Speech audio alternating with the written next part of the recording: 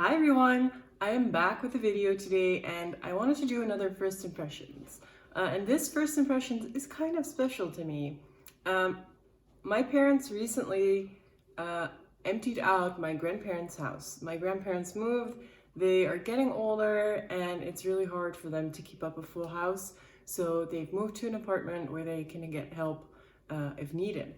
This means, however, that a lot of stuff they have needed to be sorted out. And my parents recently finished that. And while they finished that, they found a fountain pen. So the funny thing is, my grandfather actually gave me one of my first fountain pens, which was a Waterman pen. My parents now found a Parker. This Parker does have some sort of logo on it. I think it's a business logo. I think my grandfather mainly got these pens, these fountain pens, in business gifts. So this Parker is a Parker Rialto. I had to actually look it up because I hadn't seen this one before. And it has a funny nib. I love pens with funny nibs, so I'm really excited to start using it. Of course, I had to do a good clean on this because it had a full cartridge of dried ink in there. I don't think it was ever used. And I actually cleaned the cartridge. These are really hard to clean because the Parker cartridges have a tap tank which collects ink basically. So flushing this was not easy, but I wanted to reuse it right now because I don't really have any Parker converters. I do have some cartridges, but I really want to use a different type of ink. So you will see me ink this pen on camera. I will give you my first impressions, tell you what I like about it, what I don't like about it, and you'll get an up-close view of that funky nib. Yeah?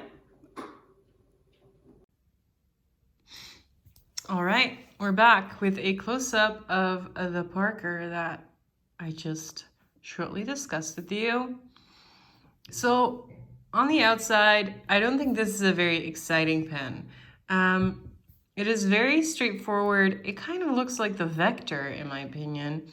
And it is super simple. It has a matte blue finish, which I do like. And then where you can post the cap is simply shiny black. Gold trim, and as you can see, it has that logo here. I do not know what this is from.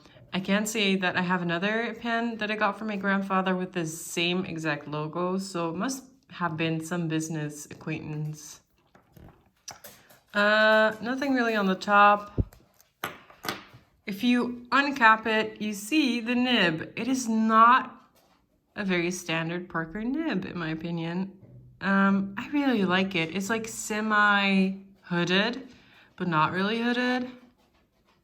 It kind of reminds me of the Parker 25 nib. I do have a Parker 25, not anywhere near me, but it's like that half hooded nib with a very simple feed. Yeah. This is, I think this must be a pen from the 80s. I'm not completely sure, but I believe the Rialtos were made in several eras. So I don't know from when this one is. So super simple, but nice. Not extremely exciting. I hope it writes well. I like old Parker pens. I have a few. I have a couple of 45s actually. I have a P50, which is a very interesting pen.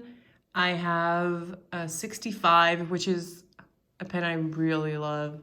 I have a slim fold. So I am a big fan of old Parkers, and I hope this one will be as nice. I think it is time to fill up this cartridge that I cleaned out with some ink. Unscrewing it because then I can put it in there. So I chose this Sailor ink. I think this is Shigure. I don't know how to pronounce that. And also it doesn't say, well, of course it says on the bottle, but I have no idea what it says, actually. So I don't currently have a purple inked, and I'm a big fan of purple, so yeah, I think this will do nicely. Oh, there's a bubble on top of the, I hate that. Let me see if I can, okay, that's good. Okay, let's try to do this.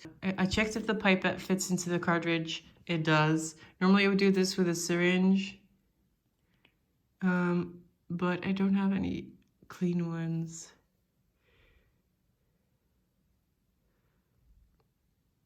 And this is very, okay, that's sort of,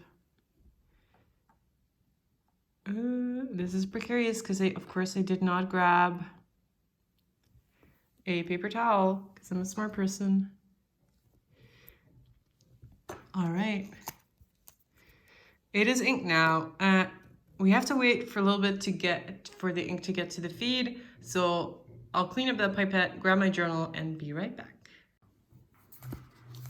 Okay, here we are with the first writing experience with the Parker Rialto.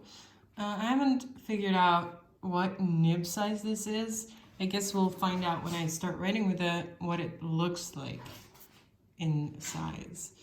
So let's uncap it. Let's see how it posts too.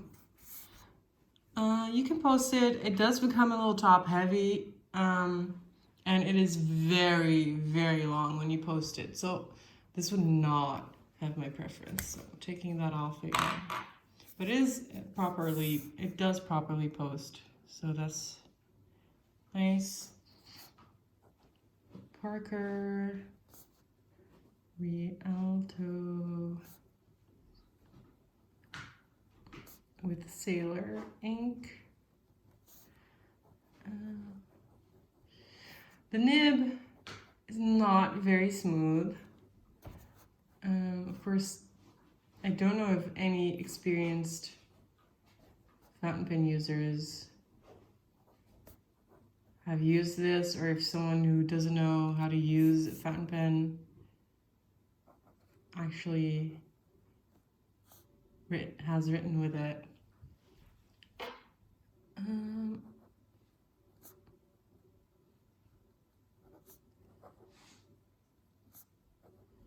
It is quite dry, so it's a dry nib.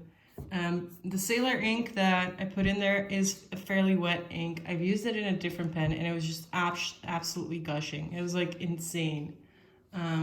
So the fact that this feels dry means that the tines are probably a little too tight. If you put a little pressure on there, you can push some variation out, but it's a stiff nib. I would not like pressing this nib like this.